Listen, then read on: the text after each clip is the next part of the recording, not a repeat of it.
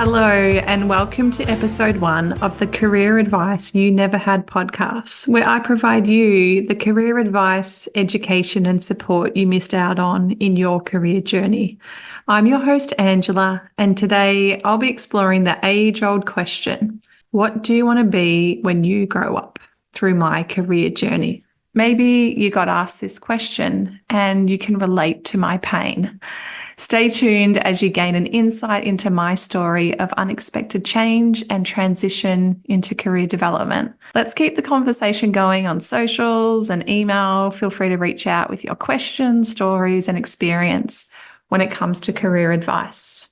Thank you for listening. Your support and input to this podcast means the world to me. So let's get into it.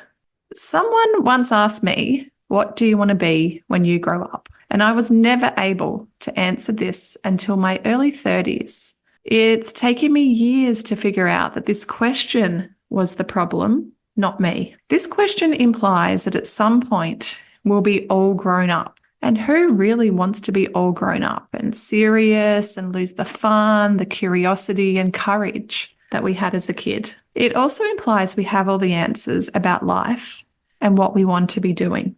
As a teenager, I felt the weight of this question on my shoulders.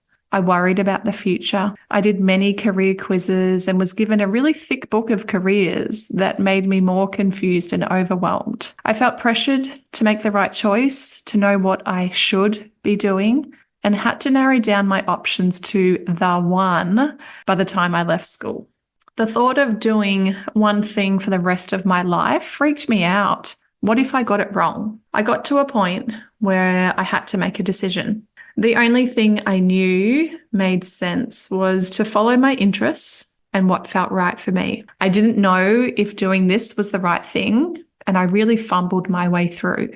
I kept thinking that I'd found that one thing that I'd be doing for the rest of my life. Then life would throw something unexpected at me and everything would be up in the air again. The most pivotal unexpected change came in October 2016. A freak windstorm rolled through my quiet suburb and ripped a gigantic gum tree from its roots, crushing my home, cars, plan for the future, and my heart. Chaos surrounded me while I stood there, staring at the devastation.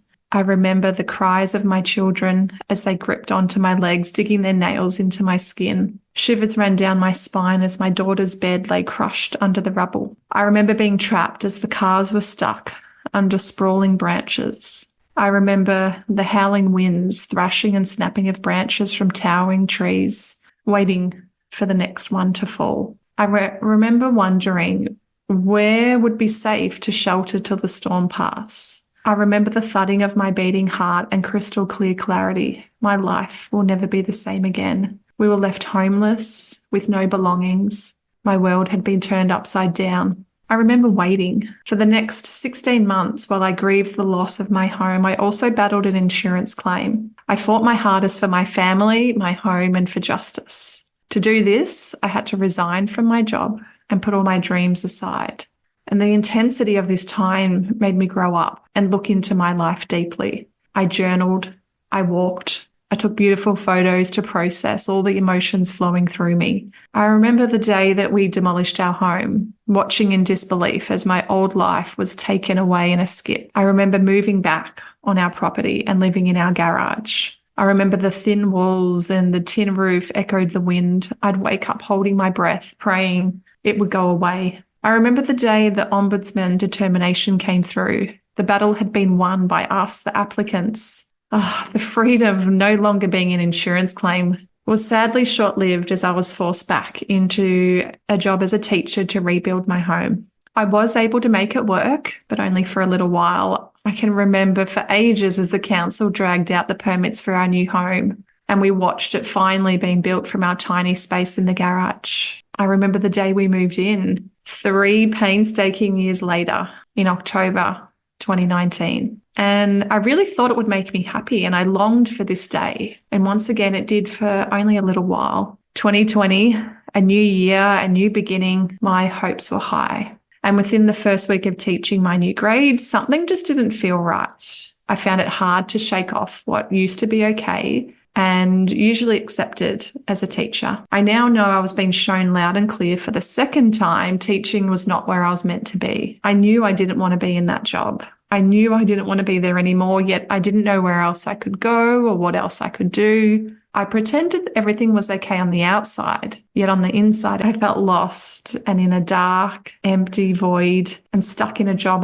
that was no longer right for me. This was my career crisis. Then COVID hit and we were in lockdown. I remember time slowing down and I had a chance to breathe. I began to take stock of my life, deeply reflecting. I became really curious about the big wide world out there. After everything I'd been through, I was no longer the same person. And I really wanted to get to know that stranger staring back at me. I began to question my life, search for more meaning and purpose. I creatively looked at what I didn't want and also what I did want. I identified what was holding me back. I rebuilt my strengths, my confidence, my faith, and trust in myself. I adjusted my priorities from surviving to thriving. I set intentions and really expanded my thinking. I got to know myself, my fears, and my values. I began to study transitions, career development, and understood my journey and where life had been taking me all this time. I remember finding my way and connecting the dots. And I remember my biggest leap of faith, the day I told the principal I would not be teaching the following year. I didn't know where I would end up. I just knew my plan for life would unfold. I had tasted flexibility, working from home, and fell back in love with coaching. I began to search for and notice opportunities. I asked questions. I tried things. I talked to people in jobs I wanted to be in. And I listened to stories of other people like me who had transitioned in their career. I paid attention to my head, my heart, and my gut when making decisions. And I took steps towards the new chapter in my life, closing the void and becoming the person I knew I was meant to be. Life began to flow through me and I felt successful as I moved into career development. And looking back now, I'd never have predicted I'd end up here. This theme of unexpected change has popped up many times in my career journey. It shows how important it is to be flexible, adaptable, and that we aren't meant to have all the answers. For someone who's a planner, likes to be organized, this unknown can be the hardest. To go with the flow and also know there's only so much that we can do has been the biggest learning curve. What I've noticed since working with many people of all ages is how important career advice and support is. And I get to be the career support that I never had and provide the space, the guidance as other people explore the next step in their career. And the advice that I'd give to my younger self would be, it's okay not knowing. Keep taking steps to get to know yourself and follow what feels right for you. And now let's take a moment as you do your own reflection, thinking about your career journey. Are there any themes that have followed you through your ups and downs? Is there a pivotal moment that's brought about change and sent you in a new direction that you may have never even considered before? And what was your experience with the question, what do you want to be when you grow up? And lastly, what advice would you give to your younger self? I'd love to hear your stories of reflection and your experience. I'll pop links in the show notes to my socials, my email where you can contact me,